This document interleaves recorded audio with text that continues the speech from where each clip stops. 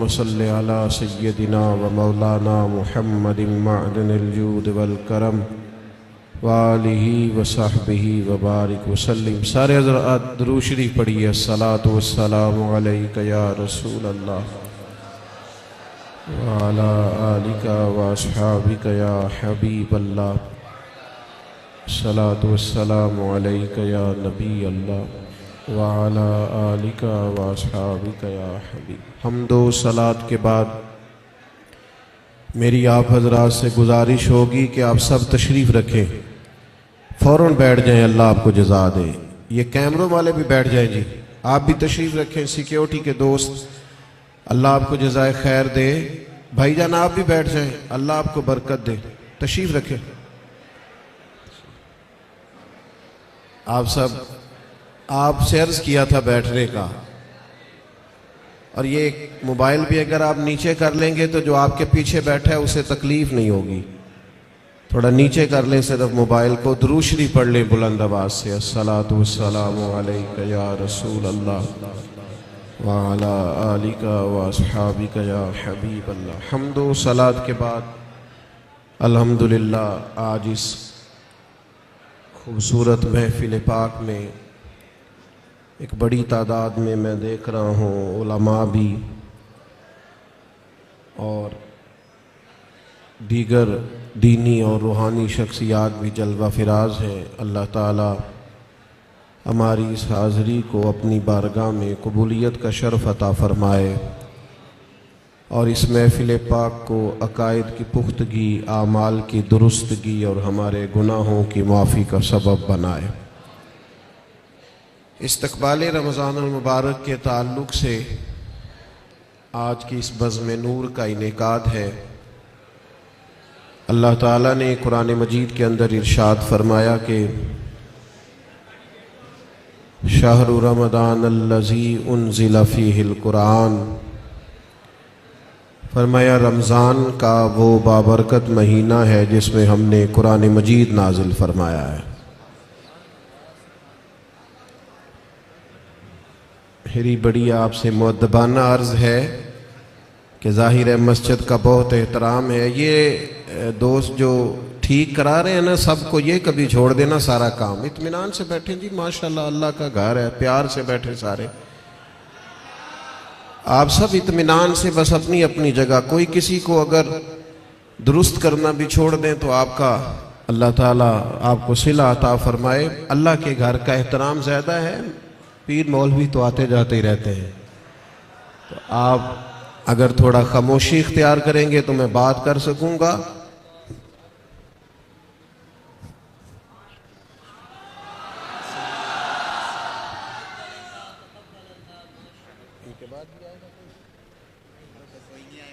اللہ جزاک بہت سی، اللہ آپ کو برکت عطا، بڑی نواز، بارک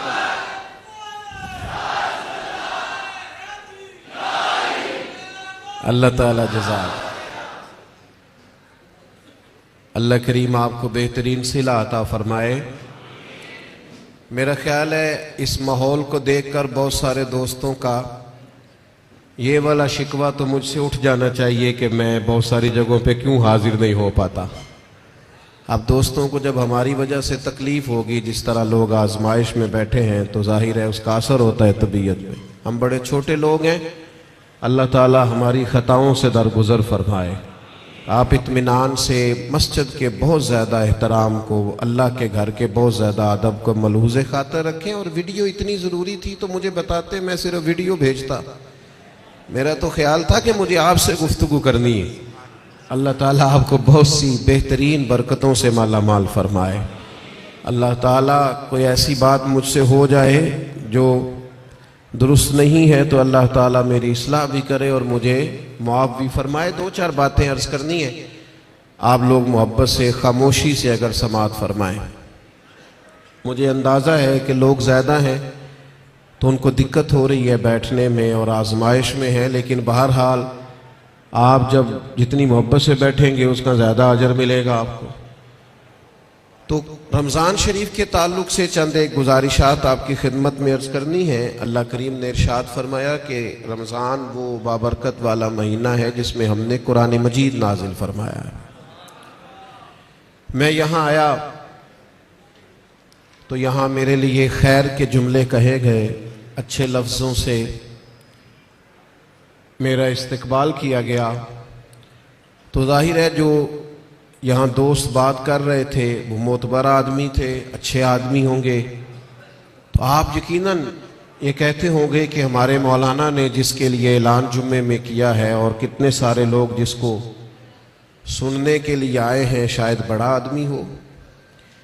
کوئی کسی کے لیے جب استقبالیہ کہتا ہے، اچھے جملے کہتا ہے، تو اس بندے کا اپنا قد جتنا بڑا ہوتا ہے لوگ آنے والی شخصیت کو بھی اسی میں تولتے ہیں۔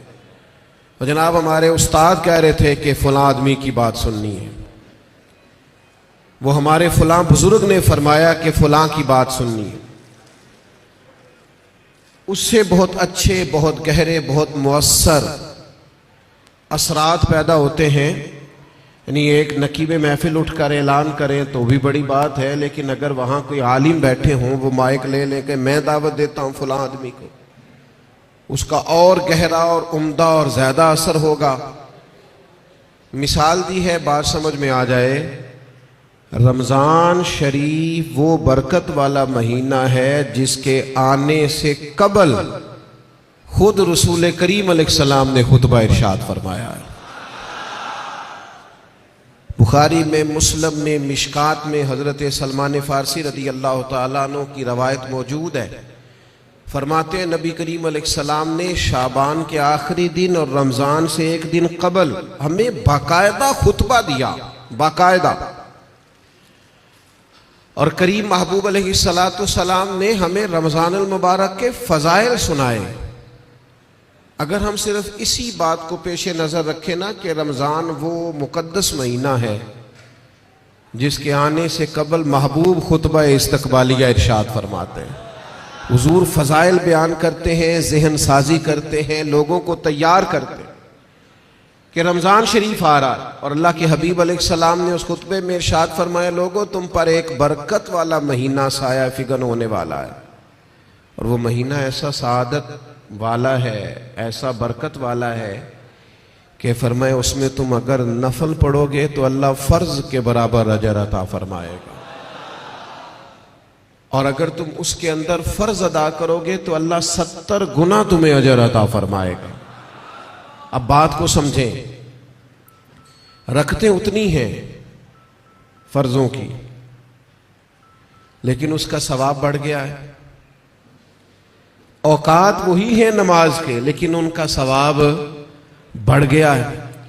اس کے لیے جو ضروریات ہیں، جو شرائط ہیں، جو فرائض ہیں، جو واجبات ہیں، جو سنن ہیں، وہ اتنی ہیں، لیکن اس کا اجر بڑھ گیا ہے۔ کیوں؟ اس لیے کہ رمضان المبارک میں اللہ تعالیٰ اپنے بندوں پر رحمت بہت فرماتا ہے، اللہ کی رضا ہے، اس کا فضل ہے، ذالک فضل اللہ یؤتیہ من یشاء، اور اللہ جسے چاہے اپنا فضل عطا کرے۔ محض اللہ کا فضل ہے کہ اس نے نوافل کا ثواب فرائض کے مطابق برابر کر دیا اور فرائض 70 گنا بڑھا دیے۔ اب سمجھنے کی بات ہے، سمجھنے کی، کہ کسی شخص کو کسی چیز پر زیادہ نفع مل رہا ہو تو وہ توجہ کرتا ہے، وہ پھر باقی کاموں پر وقت نہیں لگاتا، وہ کہتا ہے چونکہ مجھے اب اس کام میں زیادہ، آپ 3 4 5 بزنس کرتے ہو تو جو بزنس آپ کو زیادہ نفع دے رہا ہو، جو زیادہ منافع بخش ہو، آپ اس کو زیادہ وقت دیتے ہیں، اور جس میں ذرا کم آمدن ہو آپ کہتے ہیں یار یہ ثانوی حیثیت کا کام ہے۔ اس کو کیا کرتے ہیں لوگ دوسرے یا تیسرے درجے پہ رکھتے ہیں، نفع بخش کام نہیں چھوڑتے، خود جا کے اس کاروبار پہ بیٹھتے ہیں جس کا نفع زیادہ ہو۔ اللہ کے حبیب صلی اللہ تعالی علیہ وسلم نے اپنی زبانیں فیض ترجمان سے خود رمضان کے فضائل بیان کی اور بتایا کہ یہ تمہارے لیے نفع بخش اور سعادت افروز لمحات ہیں، اور عبادت پر ثواب بڑھ رہا ہے۔ کرنا کیا ہے کہ باقی کاموں کو ثانوی حیثیت دینی ہے اور رمضان کی برکات کو ذرا پہلے درجے پہ رکھنا۔ ہمارے ہاں یہ ہوتا ہے کہ سارے کام ہی رمضان میں ہوتے ہیں، کپڑے بھی رمضان میں خرید لیں، درزی کے پاس بھی رمضان میں جانا ہے، جوتے خریدنے بھی رمضانوں میں جانا ہے۔ صحابہ کرام علیہم رضوان اللہ کے حبیب علیہ السلام کی مزاج کو بخوبی جانتے تھے. حضور کا باقاعدہ خطبہ دینا رمضان کی فضیلت میں، اور باقاعدہ اللہ کے محبوب علیہ السلام کا صحابہ کی توجہ مبذول کرانا، تو وہ سمجھ گئے. اب احوال میں لکھا ہے صحابہ کے کہ وہ کیا کرتے، اپنے سارے کام شعبان میں ختم کر لیتے، لین دین کا حساب بھی شعبان میں کر لیتے، اور جب رمضان آتا تو پھر وہ سارا وقت عبادت کو دیتے. پھر وہ سارے اوقات مرتب کرتے کہ وہ اپنا وقت اللہ تعالیٰ کی یاد میں گزاریں گے، نوافل میں گزاریں گے، عبادات میں گزاریں گے، اعتکاف میں گزاریں گے. کرنے کا کام یہ ہے کہ ہم ذہنی طور پر تیار ہوں، ہمارا مزاج بنے. توجہ ہے آپ کی میری بات پر؟ آپ زیادہ غور فرمائیے کیا عرض کر رہا ہوں. فرمایا کہ وہ اپنے سارے کاموں کو پہلے سمیٹ لیتے، اور رمضان میں ان کی پوری توجہات، اللہ کرے آپ کی بھی توجہ ساری میری بات پہ ہو جائے، آمین تو کہہ دے. ایسا نہ ہو جب تک آپ انتظام مکمل کریں تب تک ہم چھٹی لے لیں آپ سے. اللہ تعالیٰ آپ کو برکات عطا فرمائے. آپ زیادہ غور کریں، ماشاءاللہ انتظام اچھا ہے آپ کا، اور آپ زیادہ پریشان نہ ہو. میں چھوٹا آدمی ہوں، شروع میں کہہ چکا ہوں، آپ سے اللہ رسول کی بات کرنے آیا ہوں. آپ زیادہ توجہ سے سنیں گے، طبیعت عمل کی طرف مائل ہوگی تو میرے لیے ذخیرہ آخرت بنے گا. تو آپ غور کریں بات پر، چھوڑ دیں باقی چیزوں. اللہ تعالیٰ آپ کو برکات عطا فرمائے، آمین تو کہہ دے. ہماری طرف دیکھیں پھر ادھر دیکھ رہے ہیں، کمال ہو گئی. اللہ تعالیٰ آپ کو جزائے خیر عطا فرمائے، برکت. جو استاد ٹائپ لوگ ہوتے ہیں نا، پڑھنے پڑھانے والے، وہ کہتے ہیں بچے کو میری طرف دیکھ، چاہے علی بات آسا بھی پڑھا رہا ہوں نا تو پورا دیکھے گا تو سبق کا مزہ آئے گا. اللہ تعالیٰ آپ کو برکات عطا فرمائے، جزائے خیر. اور ویسے بھی ہماری محفل میں ایک آدھ آدمی ہوتا ہے جس نے مجمع میں بھی لازمی بیٹھنا ہوتا ہے اور سارے انتظام بھی کرنے ہوتے ہیں. بھئی آپ کو بندوبست کرنا ہے تو آپ ادھر تشریف لے جائیں جہاں بندوبست ہو رہا ہے. اب یہاں بھی تشریف فرمائیں، وہاں بھی تشریف فرمائیں، تو روحانیت سے ہی کام چلائیں، یہی زیادہ بہتر ہے. اللہ تعالیٰ آپ کو بہت سی برکتیں عطا کرے، سلامتی عطا فرمائے. اللہ تعالیٰ اس محفل کی سب برکات ہمیں نصیب کرے. تھوڑی تقریر کرنے والا آدمی ہوں تو چاہتا ہوں کہ سارا کام محفل کو درست کرنے میں ہی نہ لگ جائے، کچھ بات بھی ہو جائے. تو اگلی بات یہ ہے کہ رمضان میں کرنا کیا ہے، عبادات کون کون سی ہم نے زیادہ کرنی ہے. سب سے پہلے تو یہ سمجھ لیں کہ روزہ دار کا سارا وقت ہی عبادت میں ہے. اسے کہا گیا ہے کہ روزہ تیرے لیے ڈھال ہے. روزہ رکھنا بھی ہے، رکھنے کے بھی فضائل ہیں. محبوب فرماتے اللہ تعالیٰ اور اس کے فرشتے سحری کھانے والوں پر رحمتوں کا نزول فرماتے. نہیں آپ کھانا ہی کھا رہے ہیں لیکن کھانا کھاتے کھاتے آپ پر رحمت ہو رہی. اور حضور علیہ السلام نے فرمایا، اور ہمارا اور دیگر مذاہب والوں کا فرق یہ ہے کہ ہم سحری کھاتے ہیں اور وہ بغیر سحری کھائے روزہ رکھتے ہیں. یعنی سحری کھانا، اس کو اللہ کے محبوب علیہ السلام نے کتنا درجہ عطا فرمایا. اب آپ نے روزہ رکھ لیا، روزہ ڈھال ہے، اس کو رکھنا بھی ہے اور اس کی حفاظت بھی کرنی. تھوڑا سا اپنے آپ کو رمضان المبارک میں بدلنا ہے، روٹین کا کام نہیں کرنا. آپ نے روزہ رکھا ہے، اب آپ کو اس روزے کا محافظ بننا ہے. اس کے لیے کیا کریں گے؟ اپنے آپ پر ذرا پابندی لگائیں گے. حضور علیہ السلام کی خدمت میں کچھ خواتین حاضر ہوئی تھی کہ ہم روزے دار ہیں، تو فرمایا تم نے تو غیبت کی ہے، مردہ بھائی کا گوشت کھایا ہے، کہاں رہا تمہارا روزہ؟ جب تک کوئی جھگڑا نہ کرے، جب تک کوئی غیبت نہ کرے، اتنی دیر تک تو اس کا روزہ ڈھال ہے. لیکن اگر کوئی یہ کام کرتا ہے تو اس کا لازمی نتیجہ یہ نکلتا ہے کہ وہ اپنے روزے کی برکات کو ضائع کرتا ہے. روزے کے محافظ بنے. اگر کوئی شخص ایسی بات بھی کرتا ہے تو اسے کہیں بھئی میں روزہ دار ہوں، اس روزے کے محافظ بنے. پھر رمضان المبارک کے اندر قرآن مجید کے ساتھ رمضان کا بڑا گہرا رشتہ ہے. جو آیہ کریمہ میں نے تلاوت کی، جو حصہ میں نے پڑھا، اس میں بھی فرمایا اللہ تعالیٰ نے شہر رمضان الذی انزل فیہ القرآن، یہ رمضان کا وہ مہینہ ہے جس میں ہم نے قرآن مجید کو نازل فرمایا ہے. ہمارا نا قرآن مجید کے ساتھ رشتہ آخر کس طرح کا ہونا چاہیے؟ اللہ کا فضل ہے، رمضان کے اندر آپ کو بہت حفاظ ملیں گے. اب ایسا نہیں ہے کسی جگہ کہ کوئی شخص یہ کہے کہ ہمیں قرآن مجید سننا تھا تراویح میں لیکن ہمیں حافظ نہیں ملا. یہ ہو سکتا ہے کسی حافظ کو مسجد نہ ملے، یہ ممکن ہے سنانے کا موقع نہ ملے، لیکن اللہ کا یہ احسان ہے کہ ایسا کوئی شخص نہیں. حفاظ بڑے ہیں، قراء بڑے بڑے اعلیٰ ہیں، قرآن مجید کے عالم، ترجمہ کرنے والے، تفسیر بیان کرنے والے، سمجھانے والے بڑی تعداد رکھتے ہیں. لیکن ہمیں ضرورت کن لوگوں کی ہے؟ ہمیں ضرورت ہے قرآن مجید کے عشاق کی، جو عشق کرے قرآن مجید سے. رکے بھیجتے ہو نا نعت خوانوں کو، بہت اچھی بات، فلاں نعت سنائیں، بہت اعلیٰ بات. ایک آدھ رکا کبھی بھیجا کرو نا، آج بڑا دل کر رہا ہے سورہ رحمان سنائیں. ایک آدھ رکا روانہ کرو نا اسٹیج کی جانب. کبھی جب قاری صاحب تلاوت کر رہے ہوں تو انہیں کہا بہت دل کر رہا ہے آج آپ نا ہمارے سامنے سورۃ الحجرات کی تلاوت کریں. یہ رکے بھی تو ہونے چاہیے نا.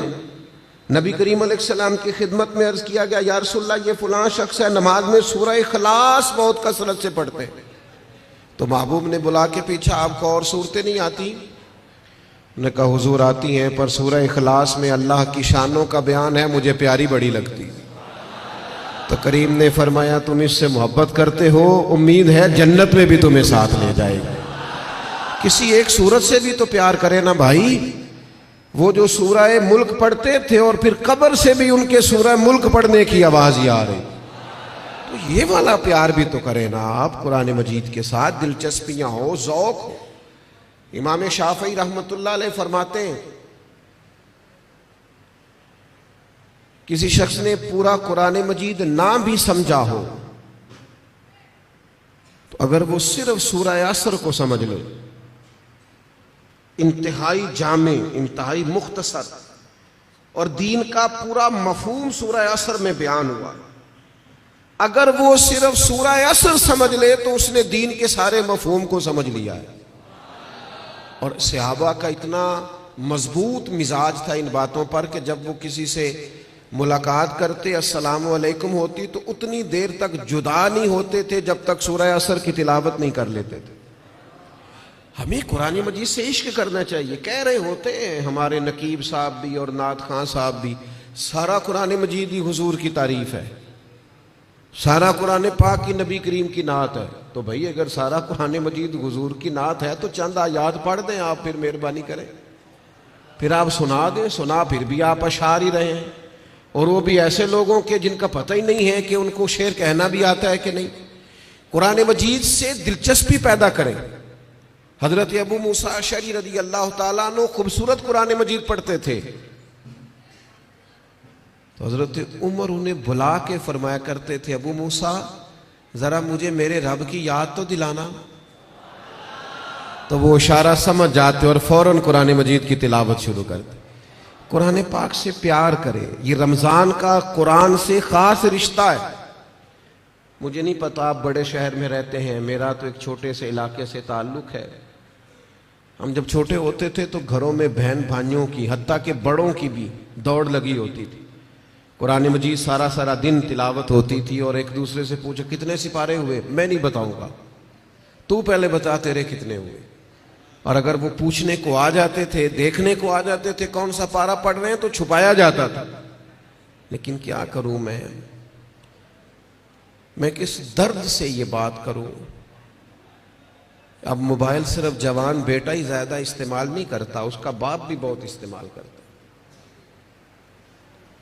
اب ٹیلی فون پر صرف بچے نہیں لگے ہوئے، ان کی اماں بھی بہت استعمال کر رہی. وہ عشق جو آپ کا قرآن مجید سے ہونا چاہیے تھا، جو ذوق قرآن پاک سے ہونا چاہیے تھا، پلٹ پلٹ کر قرآن مجید کی آیات کو پڑھنا چاہیے تھا. آپ نے جس قدر چیزیں اپنے موبائل سے لی ہیں، یاد کی ہیں، ذہنوں پہ بٹھائی ہیں، کاش آپ ایک ایک دو دو آیات ہم سارے یاد کرنی شروع کرتے، اصلاح لیتے. کہاں تک بات پہنچ جاتی. سیدہ طیبہ طاہرہ حضرت عائشہ صدیقہ رضی اللہ تعالی عنہ بیان فرماتی ہیں کہ نبی کریم علیہ السلام ہر سال رمضان المبارک میں قرآن مجید کا دور فرماتے تھے حضرت جبریل امین کے ساتھ. یعنی پورا قرآن مجید محبوب حضرت جبریل امین کو سناتے اور وہ نبی کریم کو سناتے، اور فرماتی ہیں جس سال حضور کا وصال ظاہری ہوا ہے اس سال 2 مرتبہ سرکار نے قرآن مجید سنایا، اور 2 بار سنا ہے۔ چلے یہ ذوق تو پیدا کریں، قرآن مجید سے اپنی دلچسپی پیدا کریں۔ 2 سپارے تو قرآن مجید کے روز ہمیں پڑھنے چاہیے۔ وعدہ نہیں لے رہا، ارادہ کرا رہا ہوں، 1 پارہ مسجد میں پڑھیں صبح۔ میری اپیل ہے کہ رمضان شریف میں موبائل کم استعمال کریں۔ آپ کے خبریں سننے سے اور تبصرے سننے سے ملک میں کوئی انقلاب بھی نہیں آئے گا، نہ پہلے آیا ہے۔ تبصرے ہونے سے کچھ نہیں آیا تو کیا نتیجہ ہے؟ کچھ بھی نہیں۔ میں جی خبریں سنتا ہوں، آپ 1 مہینہ خبریں بھی رہنے دیں۔ آپ کے جو تعلق کی بات ہے، کوئی مجبوری آپ دیکھیں، باقی چھوڑ دیں۔ وقت قرآن مجید کو دیں، یہ سمجھ کر کہ ہمارے رسول پاک کا طریقہ ہے، کریم محبوب کا طریقہ ہے۔ قرآن مجید کو رمضان میں خاص وقت دیں۔ 1 پارہ مسجد میں پڑھیں، مسجد کا حق ہے۔ 1 گھر میں پڑھیں، گھر کو قبرستان نہیں بنانا۔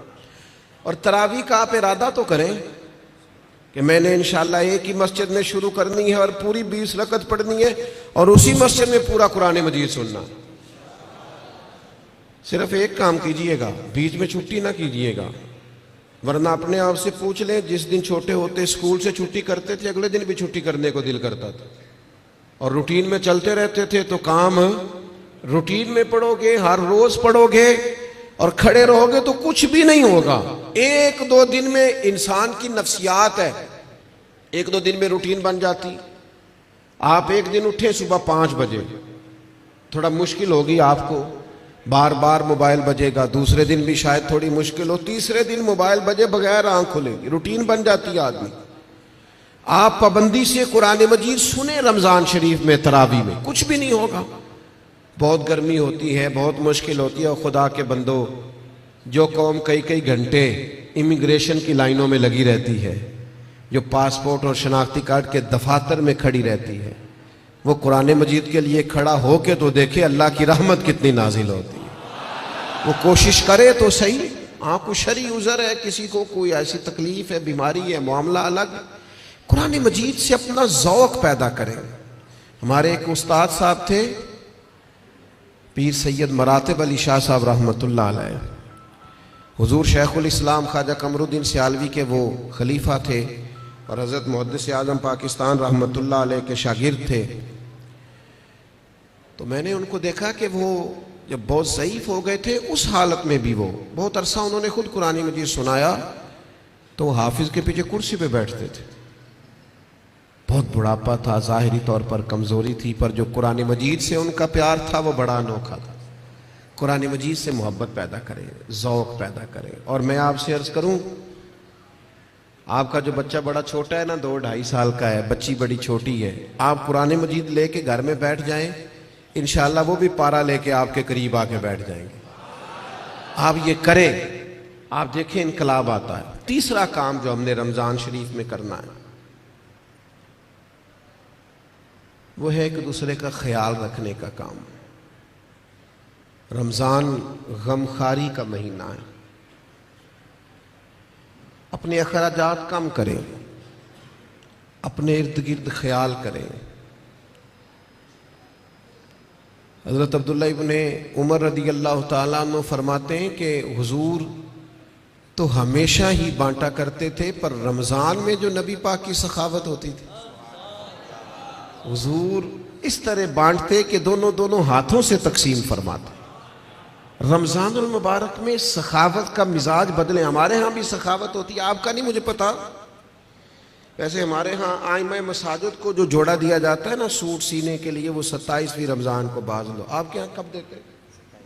وہ 27ویں کو اس لیے دیتے ہیں کہ درزی کوئی پکڑتا نہیں نا، پھر سی کے نہیں دے گا، بغیر سلا دیتے ہیں 27 کو، تاکہ کہیں امام سلوا نہ لے اور پہن ہی نہ لے۔ اب کون درزی پکڑے گا؟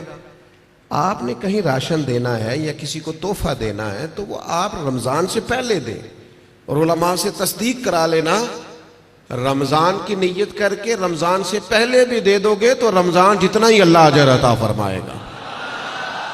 اللہ کے بندے قبل از وقت کسی کو دیں اور مہربانی کریں۔ لوگوں کو لائنوں میں لگانے کا شوق نکال دیں طبیعت سے۔ جب رب نے ہمیں دیا تھا تو لائنوں میں کھڑا کر کے نہیں دیا تھا۔ یہ کیوں شوق پیدا ہو گیا؟ پتہ ہے مومن کی عزت کتنی ہے؟ اللہ کے حبیب علیہ السلام نے فرمایا مومن کی عزت اللہ کی بارگاہ میں بیت اللہ سے بھی زیادہ ہے۔ ترمذی میں حدیث۔ شوق آ گیا لوگوں کو لائنوں میں کھڑا کر کے دیتے ہیں۔ آپ کو پتہ ہے، اور جس طرح الیکشن کے دنوں میں لسٹیں بنتی ہیں نا کس کا ووٹ کہاں ہے، اس طرح غریبوں کی لسٹیں بھی پہلے سے بنائی جا سکتی ہیں کہ کون ضرورت مند ہے، اور ایک جگہ پہ بیٹھ کر ہی بن جاتی، سب ہو جاتا ہے اگر کرنا ہو۔ میرے عزیز، لوگوں کو دیا جائے، اور دیکھنا یاد رکھنا، اگر رمضان میں بھی کوئی کریانے والے کے پاس کھڑا ہو کے کہہ رہا ہونا کہ یار بس 2 دن اور نکالو میں تمہارا قرض چکاتا ہوں، تو پھر میرا خیال ہے کہ ہمیں اپنی افطاریاں اور سیاسی افطاریاں تھوڑی بند کر لینی چاہیے۔ پھر ہمیں غور کر لینا چاہیے کہ رمضان شریف میں بھی لوگ گزارشات پیش کر رہے ہیں۔ خدا کے بندو، اس تفریق سے ہم کب نکلیں گے کہ بس ہمیں لوگوں کو خیرات ہی دینی ہے؟ آپ لوگوں کے دکھوں کا مداوع کریں، آپ تعلیم کو عام کریں، روزگار کو عام کریں، اور آپ لوگوں کی ضروریات کی کفالت کریں۔ ایک شخص صرف دے اور ایک آدمی کو دے، لیکن اس کی ضروریات کا خیال کریں۔ اس طرح کا رویہ کہ مجھے 100 جگہ پہ دینا۔ حضرت عمر بن عبدالعزیز کے زمانے میں ایک شخص کو زکوٰۃ لگتی تھی، اتنے لوگوں نے زکوٰۃ دی، اس نے کاروبار کیا کہ اگلے سال وہ خود زکوٰۃ دے رہا تھا۔ لیکن وہ ہم تو لوگوں کو اس طرح کا رویہ رکھتے ہیں کہ بس ٹھیک ہے، یہ کام چلتا ہی رہنا چاہیے۔ تو آپ اپنی طبیعت میں رمضان میں سخاوت کا مزاج پیدا کریں اور اپنے ارد گرد ڈھونڈیں۔ حضرت امام زین العابدین رضی اللہ تعالیٰ عنہ کسی شخص کو کچھ دینے لگے تو زمین پہ رکھ کے چلے گئے، اور پھر آواز دی وہ میں نے کچھ آپ کے لیے تحفہ رکھا ہے فلان جگہ اٹھا لیجئے گا۔ تو کسی نے کہا حضور آپ نے نیچے رکھا ہے، دے دیتے۔ فرمانے لگے لیتے وقت وہ آنکھیں بھی نیچی کرتا، اس کی زبان پر شکریہ کے الفاظ بھی لڑکھڑاتے ہوئے آتے، اور وہ مجھے محسن جان کر اپنے مزاج میں تھوڑا کمزوری بھی محسوس کرتا، تو میں جلدی سے اس لیے آ گیا ہوں کہ کہیں اس کو نظریں نہ جھکانی پڑے، اللہ کی رضا کے لیے دیا ہے۔ ہمارے حضرت فرمایا کرتے تھے کسی غریب کی بیٹی کی شادی کراؤ تو پھر خود اس شادی میں نہ جانا، اس لیے کہ وہ تو پھر بیچارہ تمہارے آگے پیچھے پھرتا رہے گا، نظریں جھکائے پھرے گا، تم نے تعاون کر دیا اب گھر رہو۔ چوتھا کام جو ہم نے رمضان میں بہت زیادہ کرنا ہے وہ دعائیں مانگنے کا ہے۔ دعا مومن کا ہتھیار ہے۔ کچھ لوگ کہتے ہیں دعا سے کیا ہوتا ہے؟ میں نے کہا اگر رسول رحمت دعا مانگے نا تو اللہ حضرت عمر جیسے لوگوں کو دین میں داخل کر دیتا ہے۔ وہ دعا کی طاقت کا ہی نہیں پتا۔ دعا تو ہتھیار ہے مومن کا، دعا سے انقلاب آ جاتا ہے، کایا پلٹ جاتی ہے۔ دعا کرو کوئی دعا دینے والا ملے، دعا کرو کوئی پچھلے سحر اٹھ کر دعا دے، کوئی بیٹھا ہوا مجھے دور دعا دیتا ہے، میں ڈوبتا ہوں پر سمندر اچھال دیتا ہے۔ اللہ کرے کوئی دعاؤں میں یاد رکھے، دعائیں مانگیں اور دوسروں کے لیے زیادہ مانگیں۔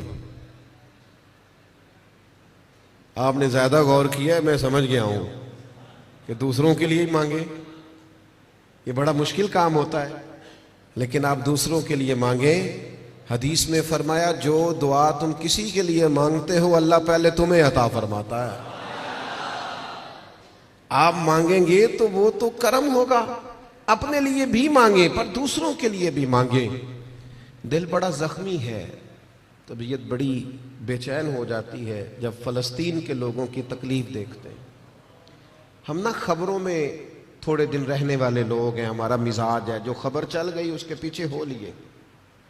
جن علاقوں میں سیلاب آیا تھا وہ سارے لوگ اپنے اپنے گھروں میں سیٹ ہو گئے، کاروبار چل گئے، لیکن خبریں ختم ہو گئی ہیں نا تو ہم بھی چپ کر گئے۔ فلسطین کی چند دن خبریں ذرا زیادہ تھیں تو ہم بھی ذرا زیادہ بات کر رہے تھے، اب وہ خبریں ختم ہو گئیں، جنگ تو ختم نہیں ہوئی، تکلیف تو ختم نہیں ہوئی. خدا کے بندوں جو زخم لگے تھے وہ تو نہیں بھرے. آنسو تو اپنی جگہ پہ ہیں، درد تو اپنی جگہ پہ ہے، لیکن ہم خاموش ہیں. ہمارے وہی سٹیٹس ہے، وہی آنا جانا، وہی پھرتیاں ہیں، وہی کھانا پینا ہے. ہمیں کسی سے کیا لگے الا ماشاء. اپنے مسلمان بھائیوں کا درد سمجھو. اپنی تجوریاں بھرتے جانا اور کسی کا خیال ہی نہ کرنا، اس کا معنی یہ ہے کہ دل سخت ہو گیا. اللہ کے پیارے حبیب علیہ السلام سے ایک شخص نے پوچھا تو حضور دل سخت ہو گیا. فرمایا کوئی یتیم ملے نا، اس کے سر پہ ہاتھ پھیرا کر، اللہ تیرے دل کو نرمی عطا کر دے گا. ان پر دیکھیں. میں بات سمیٹنے لگا ہوں. 5واں کام جو رمضان شریف میں ہم نے کرنا ہے وہ ہے محاسبہ. ہمیں سوچنے کا وقت ملے گا، ہم روزے سے ہوں گے، بیٹھنے کا موقع. ہمارے صوفیہ ایک مراقبہ کراتے ہیں. اب تو خیر ہم جو صوفیہ کی جماعت ہیں ہمیں بھی طرز کا نہیں پتا کہ صوفیہ کا اصل طریقہ کیا ہے. نہ ہمارے ہاں وظائف پڑھنے کا وہ رواج ہے، نہ اکیلے میں بیٹھ کے کچھ دیر مراقبے کی وہ کیفیات ہیں، نہ دعا اور مناجات اور وہ اکیلے کی عبادتیں تنہائی کی، دوسروں سے کٹ کے اللہ کو یاد کرنا، تھوڑی دیر کے لیے کرنا لیکن تنہائی میں. ہمارے ہاں جو چیز بھی ہوتی ہے وہ چونکہ زیادہ تر اجتماعی ہوتی ہے تو اجتماعی چیزیں زیادہ تر فیس بک پہ ہوتی ہیں، تو پھر وہ اس کی وہ کیفیت نہیں رہتی، وہ ذوق نہیں رہتا. آپ رمضانوں میں تھوڑا اکیلے بیٹھیں، تھوڑا تنہائی میں وقت گزاریں. غار حرا میں تنہا بیٹھنا بھی تو نبی کریم کا طریقہ ہے. غار ثور میں 3 دن سب سے کٹ کے اسلام رہبانیت کی نفی کرتا ہے، لیکن کچھ دیر کے لیے خلوت کرنا، اکیلے میں بیٹھنا، تھوڑی دیر اپنے آپ سے گفتگو کرنا. ڈھونڈتا پھرتا ہوں اے اقبال اپنے آپ کو، آپ ہی گویا مسافر، آپ ہی منزل ہوں میں. زمانہ بیت گیا، ہم نے اپنے آپ سے بات ہی نہیں کی. اپنے آپ کو بھی تو کٹہرے میں لانا ہے نا، اپنے آپ سے بھی تو کئی سوال پوچھنے والے ہیں نا، اپنے آپ سے بھی تو بات کرنی ہے نا کہ میاں تیرے اوپر اللہ کی نعمتیں کتنی ہیں اور تیری محنت کتنی ہے، حساب دے. اللہ کے انعام کتنے ہیں اور جواب میں تیرا شکر کتنا ہے، حساب دے. اللہ کے ایک بندے تھے، ان پر نیک تھے، عبادت گزار تھے، انعام برسنے لگے تو ایک دن رو پڑے اور تڑپ کے کہنے لگے اے اللہ ان پر انعام بہت ہونے لگے ہیں، میری قدر بہت ہونے لگی ہے، میرے آنے پر گویا نعرے بہت لگنے لگے، لوگ مجھے بہت جاننے لگے ہیں، مجھ پر کرم کرنا، کہیں میری ساری نیکیوں کا مجھے دنیا میں اجر نہ دے دینا. ایسا نہ ہو صبح قیامت میرا نام اعمال خالی رہ جائے. کرم نوازی فرما، کچھ وہاں کے لیے بھی مجھے عطا کرنا. میرے عزیز رمضان آپ کو موقع دے گا کچھ تنہائی میں بیٹھے، اپنے مالک کے حضور حاضر ہوں. سحری کے لیے جب اٹھے نا تو 20 منٹ پہلے اٹھیں، پھر وضو بنائیں، پھر تہجد کی نماز پڑھیں.